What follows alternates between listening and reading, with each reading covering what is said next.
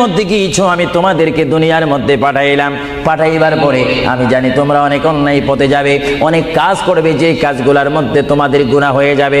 হ্যাঁ বান্দা, তোমরা গুনাহ করবে তাও আমি ভালো মতো জানি, তোমরা পাপ করবে তাও আমি ভালো মতো জানি।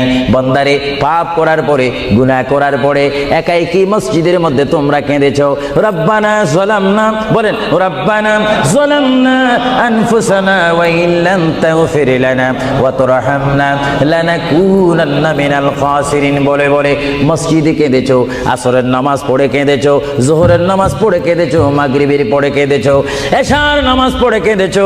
এ বান্দা, নামাজের মুসল্লা যখন বসে যাও, আমি আল্লাহকে তোমরা বারবার বল, আল্লাহ গো আমার গুনাহ মাফ করে দাও। তারপরও আমি তোমাদের এই গুনাহ মাফ করে নেই।